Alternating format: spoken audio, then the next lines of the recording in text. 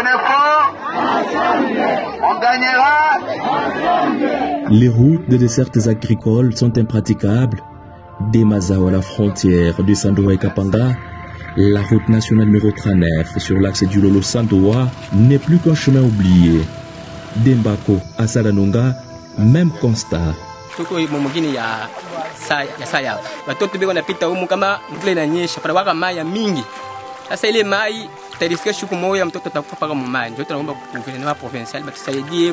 Les ponts, eux, ajoutent à la désolation. Le pont Rove 2 dans la chefferie Lumanga, l'ouvrage affaissé oblige désormais les habitants à traverser en pirogue. Sur l'axe Mbako-Salanonga, la plupart des ponts sont inexistants. Le véhicule n'a pas d'importance à ce stade.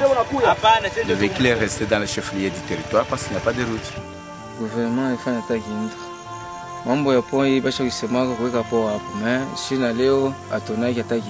Les ponts Kajileji vers Chumbalanga, déjà fragilisés, pourraient s'effondrer d'un moment à l'autre, coupant tout trafic entre Kasaji, Sandoa et Kapanga. À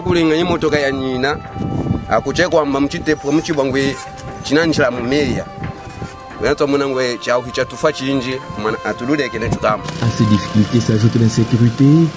Ici, à Kangamba par exemple, des civils ont érigé une barrière de fortune à l'entrée du poste.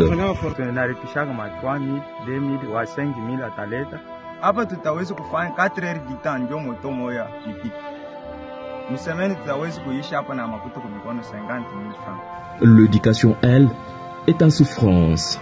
La plupart des écoles en ruine, sans banc ni pupitre, des toitures en paille. Pendant les vacances, les salles de classe deviennent des étables, souillées par les animaux. Les élèves, eux, écrivent face à des tableaux gris, faute de niais. Par manque d'infrastructures scolaires suffisantes, certains parcourent chaque jour des dizaines de kilomètres pour étudier. Ici, jusqu'à Kataoula, c'est 7 km. Maintenant, quitter ici jusqu'à Longué, ça c'est 30 km. De Salanonga, 95 km. Maintenant, de quitter ici jusqu'à Seimbouanda, c'est 6 km. Maintenant, quitter ici jusqu'à Mbinda, c'est 32 km. Les centres de santé ne sont pas épargnés, pas de lits ou seulement quelques structures, en métal ou en bambou, sans matelas. Quand une femme accouche, le sang reste et d'autres patients s'y allongent ensuite. Souvent ces centres ne sont que de simples itampailles dépourvus de médicaments.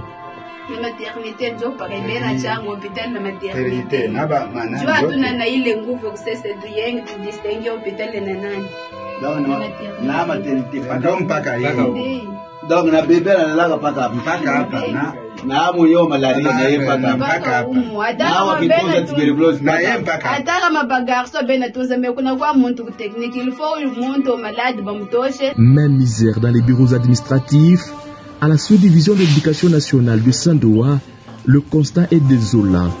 Et à près de 200 km de là, au poste frontalier de Salanonga, le personnel s'assoit sur des caisses de bière vides, venues d'Angola. Ce sont des soirs de paillotes en paille, pas de chaises, pas de bureaux. Ce sont des casiers qu'on utilise parfois que des chaises, donc c'est pénible.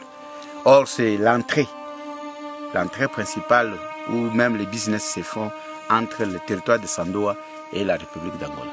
Sur la rivière Lulua, dans la chefferie de Chubamba, l'élu a inspecté les bacs, unique lien entre les deux rives. C'est un bien pour la population et ça a été donné pour la population. La province a servi, la province nous la voit, je les remercions de l'acte que nous venons de voir, mais ce n'est pas encore fini. Pascal Maluka Mujinga, l'homme sur qui repose l'espoir de tout un territoire, a également visité, lors de ses vacances parlementaires, 2 projets provinciaux destinés à plus de 400 000 habitants. Une école moderne à Sandoa, où les travaux évoluent. Nous avons 18 salles de classe. Ici, nous avons une clinique. Nous avons une salle batterie. On a une préau pour le basket. On a un terrain de foot. Et une centrale photovoltaïque censée apporter la lumière, mais derrière ces clôtures vertes, il n'y a qu'aujourd'hui des champs de patates. Pas de travaux qui s'effectuent ici. Par contre, c'est devenu un champ de patates douces. Au-delà des routes, des ponts, de l'école et de la santé, une réalité demeure. Sandoa vit encore, dans son ensemble, plongé dans l'obscurité totale.